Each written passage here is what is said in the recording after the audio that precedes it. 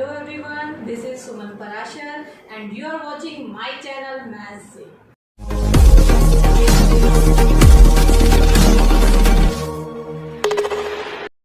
आज हम करने जा रहे हैं स्टैंडर्ड 9th का चैप्टर सर्कल। तो आज हम करेंगे सर्कल का इंट्रोडक्शन। सबसे पहले हम करते हैं सर्कल होता क्या है। तो यहाँ सर्कल की डेफिनेशन आपको दी गई है, the collection of all the points in a plane which are at a fixed distance from a fixed point in the plane. आपका फिक्स पॉइंट आप सेंटर ऑफ द सर्कल होता है। अब आपको क्या करना है, collection of all points in a plane. ये आपका एक प्लेन है और यहाँ पे बहुत सारे पॉइंट्स हैं, उनका कलेक्शन करना है। कैसे करना है, which are at a fix distance from a fix point. ये आपका फिक्स पॉइंट है और इस फिक्स पॉइंट से इन सब पॉइंट्स का डिस्टेंस इक्वल होना चाहिए, फिक्स्ड होना चाहिए। तो ऐसे पॉइंट्स का कलेक्शन, ये पॉइंट्स हैं और ऐसे पॉइंट्स का कलेक्शन आपको क्या देता है, सर्कल। मींस आप इन पॉइंट्स को अगर ज्वाइन करते हैं तो हमें मिल जाता है ये सर्कल। तो ये सर्कल की डेफिनेशन है। अब हम देखेंगे कि हमारा सर्कल प्लेन को कितने पार्ट्स में डिवाइड करता है। तो यहाँ आप देख रहे हैं कि ये एक सर्कल है, इसके अंदर जहां इसका सेंटर आ रहा है इसको बोलते हैं इंटीरियर ऑफ द सर्कल। तो पहला पार्ट जो सर्कल के अंदर होता है उसको बोलते हैं इंटीरियर। ऑब्वियस है कि ये प्लेन में होता है तो इसका एक्सटीरियर भी होगा, तो सेकंड होता है एक्सटीरियर ऑफ द सर्कल। और तीसरा पार्ट ये सर्कल इटसेल्फ। तो अगर आपसे पूछा जाता है कि सर्कल प्लेन को कितने पार्ट्स में डिवाइड करता है तो उसका आंसर 3 पार्ट्स आएगा। एक interior of the circle, then exterior of the circle और थर्ड द सर्कल इटसेल्फ। अब हम बात करते हैं आर्क की। आर्क क्या होती है, एक सर्कल पे अगर आप दो कोई भी पॉइंट्स ले लीजिए P एंड Q, तो P से Q तक का पोर्शन, इसको हम बोलते हैं आर्क ऑफ सर्कल। सर्कल में 2 आर्क होती हैं, एक मेजर आर्क और एक माइनर आर्क। ये जो आर्क है जो हमने यहाँ डिफाइन की है इसको हम बोलते हैं माइनर आर्क। और रेस्ट ऑफ द आर्क, ये जो इतनी हमारी बच गई P से Q, इसको हम बोलते हैं मेजर आर्क।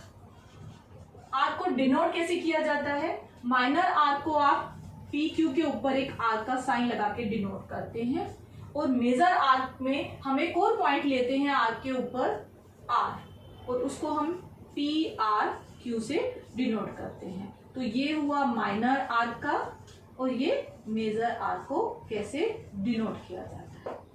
और अगर मैं इन दोनों को कंबाइन कर दूं तो आपका एक सर्कल बन जाता है। तो जो ये पूरा सर्कल का लेंथ है उसको हम बोलते हैं सर्कमफ्रेंस ऑफ द सर्कल। तो हम लिख रहे हैं यहाँ पे length of circle, complete circle. अगर कंप्लीट सर्कल का आप लेंथ लेंगे तो उसे हम क्या नाम देते हैं, सर्कमफ्रेंस ऑफ द सर्कल। अब हम करेंगे कॉर्ड ऑफ द सर्कल। फिर सर्कल पे 2 पॉइंट रखिए P एंड Q। PQ आपने पढ़ा, ये आर्क है। अगर मैं PQ को ज्वाइन कर देती हूं तो ये हमें देता है कॉर्ड ऑफ द सर्कल। इसी तरह से आप सर्कल में बहुत सारे कोड ड्रॉ कर सकते हैं। तो जो कोड आपका सेंटर में से पास होता है वो आपका लार्जेस्ट कोड होता है। तो POR ये आपका लार्जेस्ट कोड है और लार्जेस्ट कोड को हम क्या बोलते हैं, डायमीटर। क्योंकि सेंटर में से पास हो रहा है तो यहाँ पे ये भी रेडियस है, ये भी रेडियस है, तो diameter is equals to 2R, twice of the radius.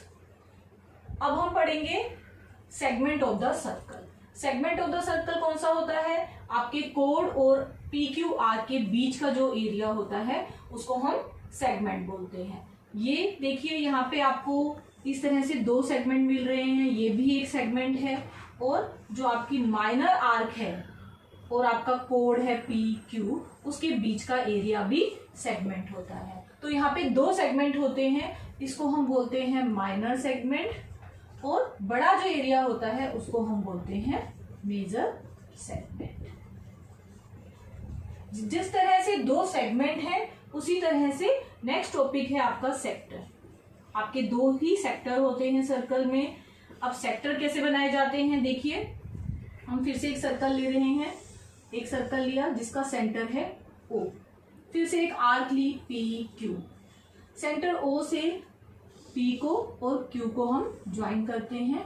तो जो एरिया रेडियाई और आर्क के बीच में आया, ये आर्क है और ये दो रेडियस है, तो इनके बीच का जो एरिया होता है उसको हम बोलते हैं सेक्टर। यहाँ भी आपके पास दो सेक्टर हैं, इस सेक्टर को हम बोलते हैं माइनर सेक्टर, और जो रिमेनिंग सेक्टर आपका बच गया ये वाला सेक्टर, उसको हम बोलते हैं मेजर सेक्टर। इसके बाद आपका नेक्स्ट टॉपिक जो है सर्कल में, वो है सर्कल का कोड के साथ एंगल। अगर हम PQ एक कोड रखते हैं तो देखिए सेंटर के साथ ये एक एंगल बना रहा है। सेंटर के साथ एंगल का और कोड का एक रिलेशनशिप होता है। जैसे जैसे हम कोड की लेंथ को बढ़ाते जाते हैं, जैसे अब हम एक बड़ा कोड ले लेते हैं, कोड की लेंथ हमने बढ़ा ली, फिर सेंटर वही है, तो ये सेंटर एंगल आपका बड़ा होता चला जाता है। मीन्स जितना बड़ा कोड होगा उतना ही वो कोड सेंटर के साथ बड़ा एंगल बनाएगा। तो लार्जेस्ट कोड तो हमारा डायमीटर था, लार्जेस्ट कोड ने सेंटर के साथ कितना एंगल बनाया, देखिए ये एंगल है 180 डिग्री। तो लार्जेस्ट एंगल जो कोड सेंटर के साथ बनाता है वो 180 डिग्री है। तो इसी तरह से जैसे जैसे कोड बढ़ता जाएगा उसका लेंथ बढ़ता जाएगा, एंगल भी बढ़ता जाएगा। अब हम करेंगे थ्योरम 10.1। थ्योरम 10.1 में क्या बोला गया है, equal code of circle subtend equal angles eight the centre. Means आपको गिवन है इक्वल कोड्स, यहाँ पे देखिए इस फिगर में इक्वल कोड्स हैं, तो यहाँ मार्क कर सकते हैं ऐसे AB और CD। तो गिवन में आप लिखेंगे AB is equals to CD, दोनों कोड्स हैं in a circle with centre O।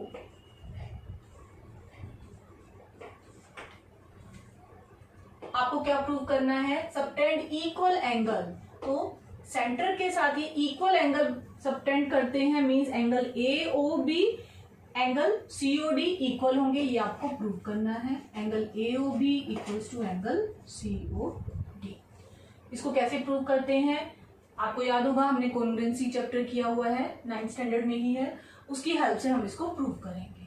तो प्रूफ में हम इन दो ट्राइंगल्स को कॉन्ग्रुएंट प्रूव करते हैं। AOB जो एक कोड के साथ ट्राइंगल है और COD जो दूसरे कोड के साथ बन रही है। तो आप लिखेंगे in triangle AOB and second triangle is COD।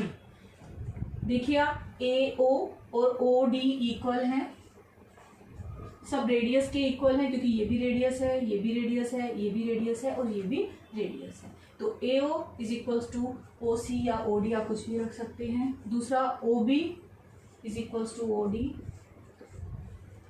तीसरा कोड, क्योंकि ये हमें गिवन है, यहाँ पे आप रीजन लिखेंगे ये दोनों रेडियस ऑफ द सर्कल है।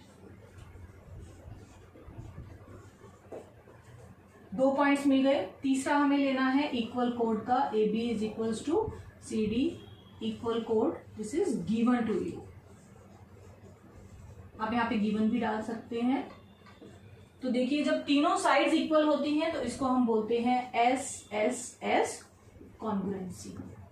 तो आप लिखेंगे by your SSS congruency rule, आपकी दोनों ट्राइंगल्स कॉन्ग्रुएंट हो जाती हैं। AOB is congruent to triangle COD। ये सिंबल आपको पता है, ये कॉन्ग्रुएंसी के लिए सिंबल हम यहाँ यूज कर रहे हैं। अब आपको पता है एक आपका CPCT होता है, CPCT का फुल फॉर्म होता है corresponding parts of congruent triangles. Means कि अगर दो ट्राइंगल्स कॉन्ग्रुएंट होती हैं तो उनके बाकी पार्ट्स भी आपस में इक्वल होते हैं। मीन्स बाकी पार्ट्स रिमेनिंग एंगल्स या रिमेनिंग साइड सारी एंगल इक्वल है, तो यहाँ पे आप ले सकते हैं कि इसके एंगल्स इक्वल होंगे। तो हम बोल सकते हैं angle AOB this angle equals to angle COD। और यहाँ जैसे मैंने आपको बताया CPCT corresponding parts of congruent triangle आपको लिखना है, हेंस प्रूव्ड। तो ये आपका थ्योरम 10.1 का प्रूफ। अब हम करेंगे थ्योरम 10.2। थ्योरम 10.2 थ्योरम 10.1 का कन्वर्स है।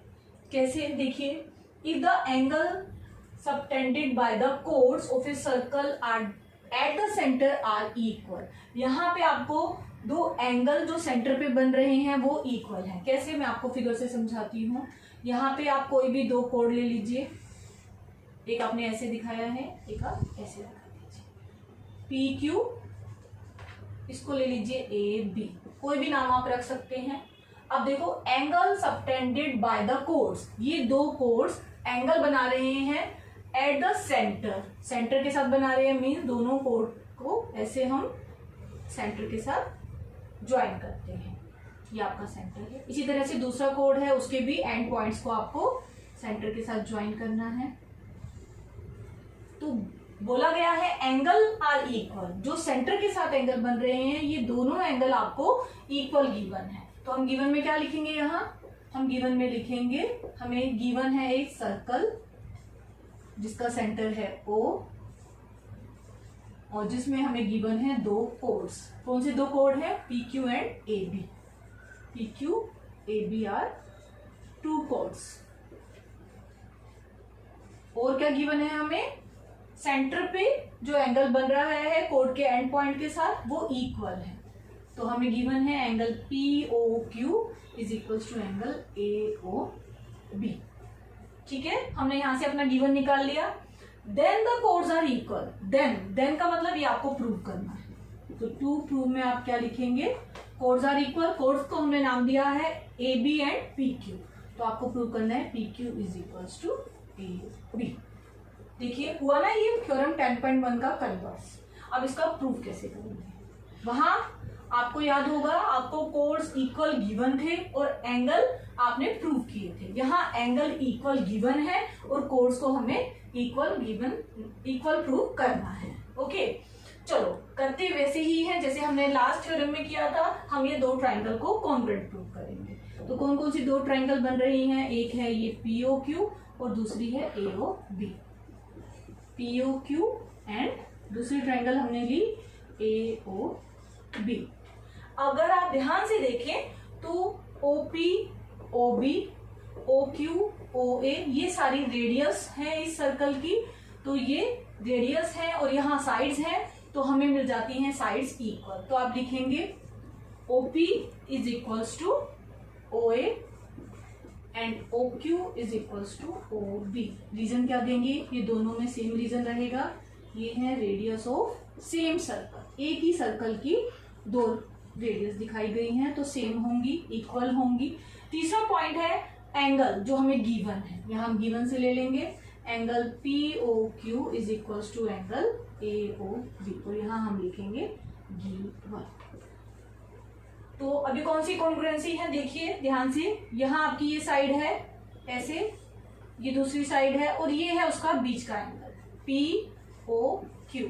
सेम आपकी दूसरी ट्रायंगल में हो रहा है, दो साइड्स के बीच का एंगल इक्वल है, दो साइड्स और उसके बीच का एंगल, ये होती है आपकी SAS कॉन्ग्रुएंसी। तो आप यहां बोलेंगे by SAS congruency rule. SAS congruency rule से आपको क्या मिल गया, ये दोनों ट्राइंगल्स कॉन्ग्रुएंट हो गई। POQ is congruent to triangle AOB। फिर से हम सिंप्लिसिटी का यूज करेंगे। अगर दो ट्राइंगल्स कॉन्ग्रुएंट होती हैं तो उनके बाकी पार्ट्स भी इक्वल होते हैं। तो आप कह सकते हैं कि इसकी ये साइड जो बच गई थर्ड साइड PQ और इसकी थर्ड साइड AB आपस में इक्वल होंगे। तो आप लिखेंगे PQ is equals to AB। Reason आप देंगे CPCT, corresponding parts of congruent triangle. Hence आप लास्ट में लिखेंगे हेंस थ्योरम इज प्रूव्ड।